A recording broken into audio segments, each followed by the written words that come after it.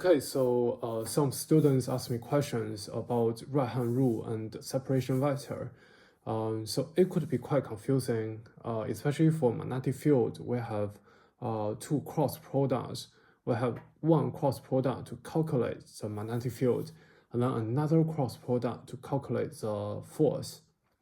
So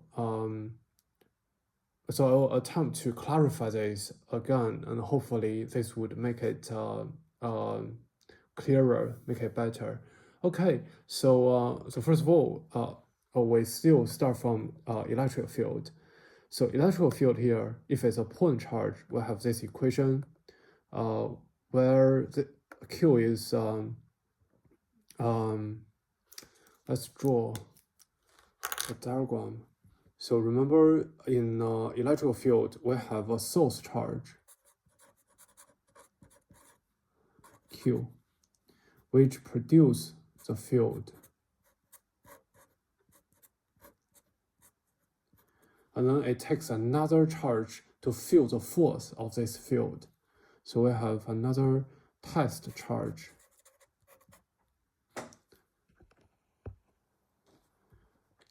Capital Q. This would feel the force from this field. So coordinate is here.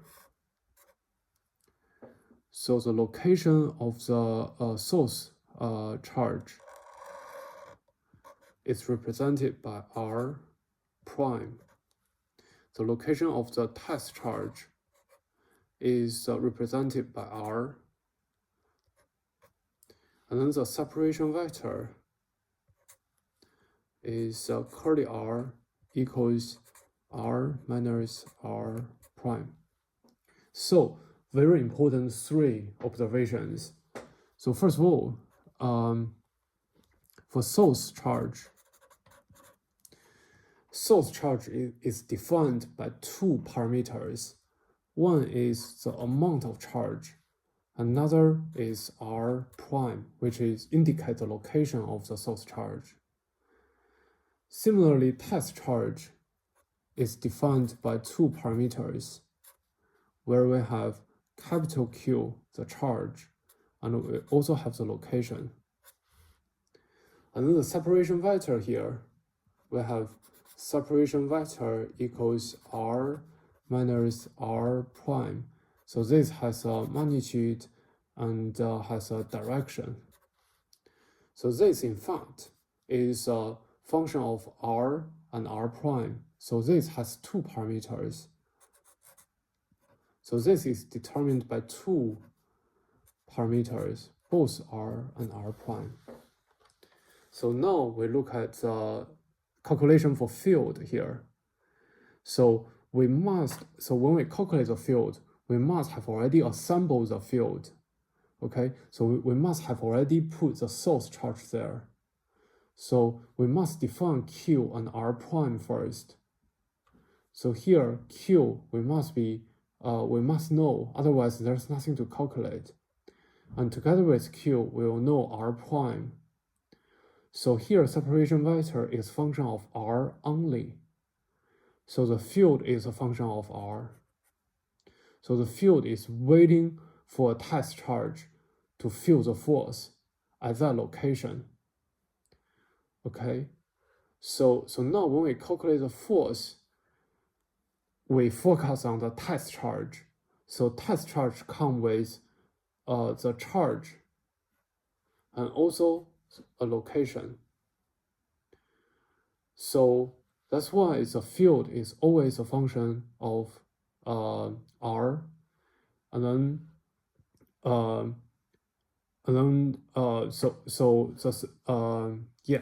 And so if we extend this to a line charge for the source, we can also extend this to surface charge and volume charge and do the surface integral or volume integral. But let's just consider a line charge here. So now the source is a line with some line charge density lambda. So coordinate here. So suppose we have an infinitesimal segment here, DL prime.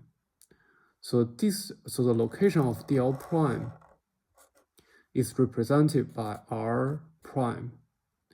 So lambda, the line charge density, should also be a function of R prime. So lambda is a function of R prime. It's a function of the location. So now, very important. So source is a line charge now. It's defined by the line charge density as a function of the location R prime. And it's also defined by the range of R prime.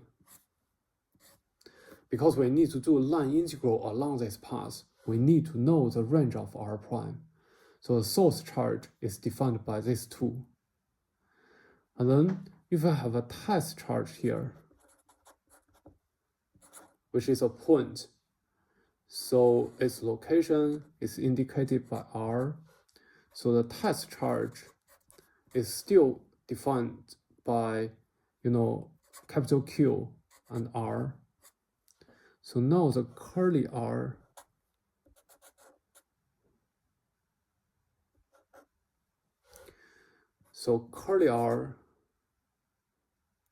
is always a function of R and R prime. Okay, so curly R is distance from DL prime to Q. So now we look at this. When we calculate the force, when we calculate the field, so we have the line charge density as a function of R prime. And then the separation vector here, separation vector is a function of both R and R prime. But we do integral on R prime along this line, DL prime. So after we do the integral, this whole function is only a function of R. So it's only a function of location, and then it's waiting for a test charge at that location to feel the force. And then when we calculate the force, we have test charge defined by capital Q and R.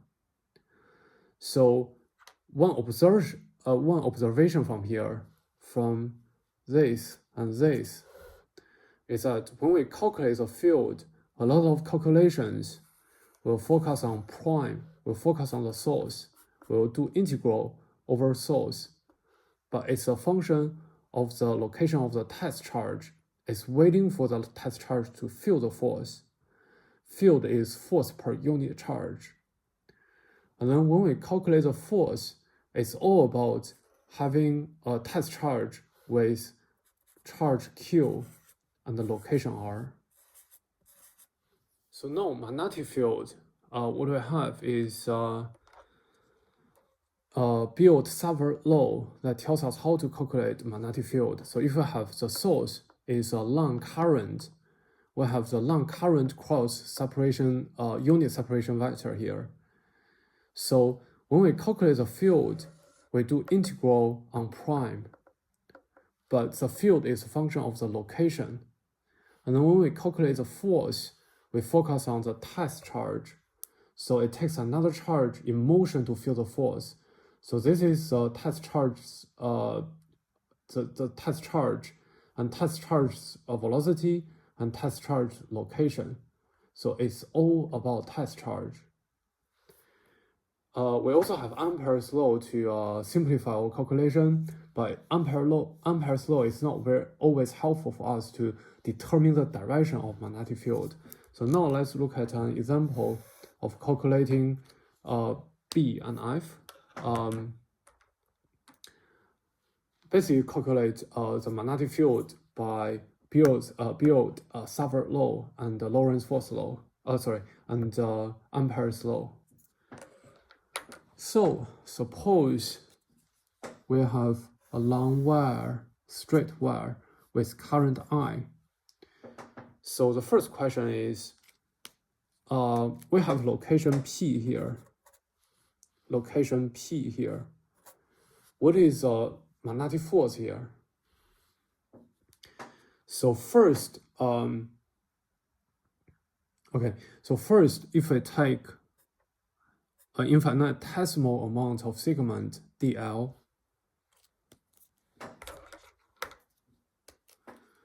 so if this segment is, dl prime, this is a source current, source line current, dl prime. So first, so after locating this dl prime, we need to find the separation vector, which is from dl prime to the test charge, right? So this is separation vector. So based on this, we have we have current cross separation, unit separation vector. So right-hand rule here. So current separation vector will have magnetic field pointing up. So this point will have the magnetic field pointing out of the page. Okay. So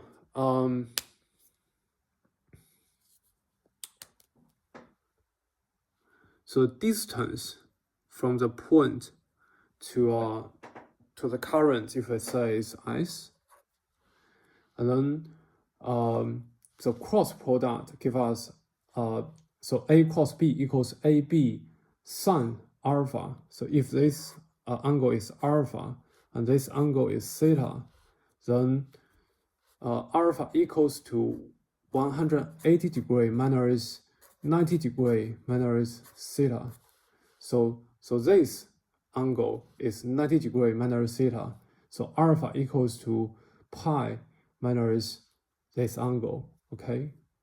So now we have A cross B equals AB sin theta. So we need a sin alpha, which is equal to cosine theta because of this. And what is cosine theta? Cosine theta equals to S divided by curly R, right? S divided by curly R. So another thing is, if we do the line integral over this much, so we define this as L prime, then L prime equals to S tangent theta. So S tangent theta, we have L prime.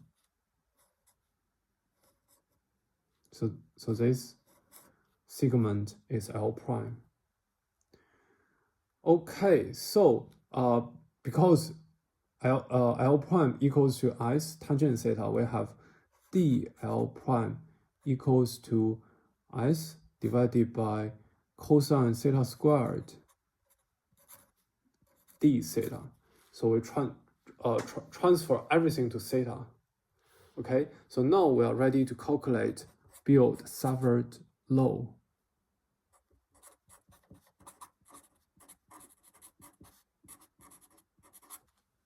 So basically it's this one.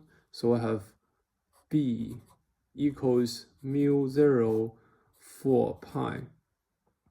And then I cross unit separation vector. So we have I sin alpha, which is cosine alpha. So we have here integral here, and then I cosine theta divided by curly R square. So curly R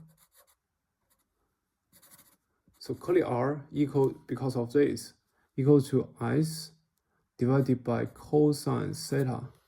So we have here S divided by cosine theta square. And then we have dl prime equals to this. So we have here S divided by cosine square theta, and then d theta. So we transfer everything to theta. Okay.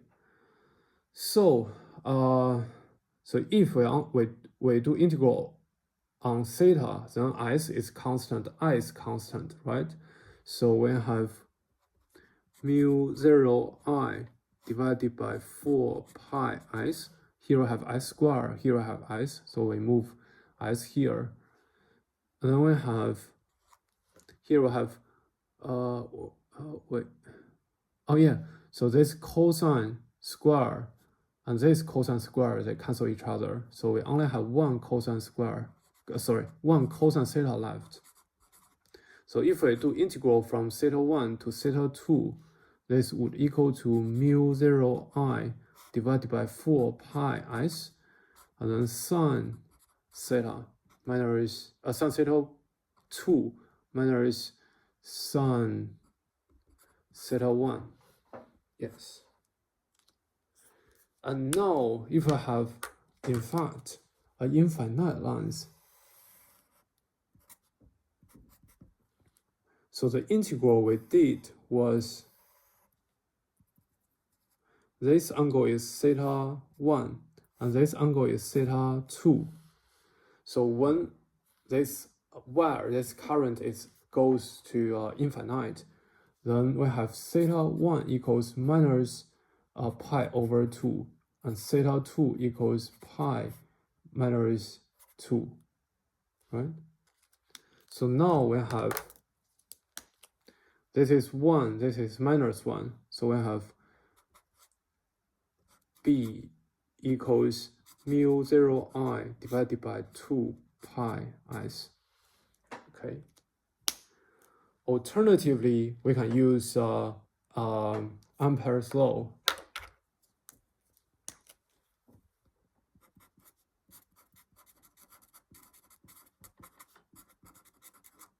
Which is this one. So we are looking for Ampere loop. Ampere loop should be along the path, the field line of magnetic field. Alternatively, you think the Ampere loop must be perpendicular to the direction of current flow. So current is this way. So Ampere loop is a circle with a radius s. That is also, you see, that is also the alongside the magnetic field line. So magnetic field goes this way. So for Ampere's law, we have B. So B is a constant along this loop. We have B 2 pi s equals to mu 0 I. Then B equals 2 pi s here and then mu 0 I here. Exactly the same as this. How convenient is Ampere's law? But now the directions, and so how do we determine the force, the direction of force? So the conclusion that we generally know is that the currents in opposite direction, they repel, and currents in same direction, they attract. So currents in opposite directions, they repel. And then currents in same direction, they attract. So how do we arrive there? So suppose we have, can you see? Oh, here, yeah. So you have current I, and then the position P here will, so based on this, we have a separation vector. It doesn't matter which point we consider is dl prime. Let's just say here, here we have a separation vector. Okay, so the magnetic field is I separation vector, Y separation vector. So it's pointing up. So along this direction, so as long as the charge is, above this line, then the direction of magnetic field is pointing out of the plane. And now magnetic field takes another charge in motion to fuel it. So here, for this line above this current, if we have another current that have charge moving, like this, we have I2 here, okay, moving to this direction. And then the force QVB, V is the direction of I2, the test one. So VB, B is pointing out, so I have VB. So I2 will feel force upward. So we have here. So this force is given by source current, fueled by the test current. And now if we consider I2 as a source current, then we draw another separation vector.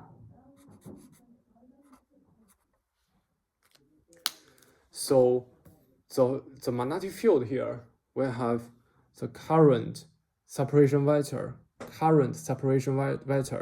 So at this point, the magnetic field is also pointing out of the plane.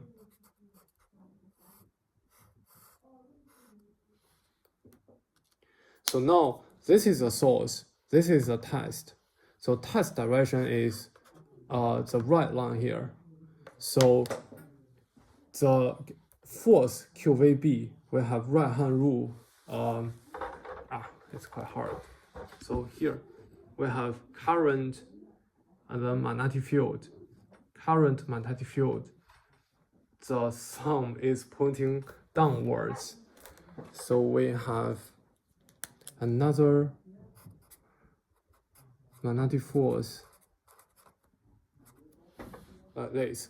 So this force is fueled by this, generated by this. Okay, so current flowing in opposite direction, they would repel. So current in same direction attract is similar. I leave it to you to practice.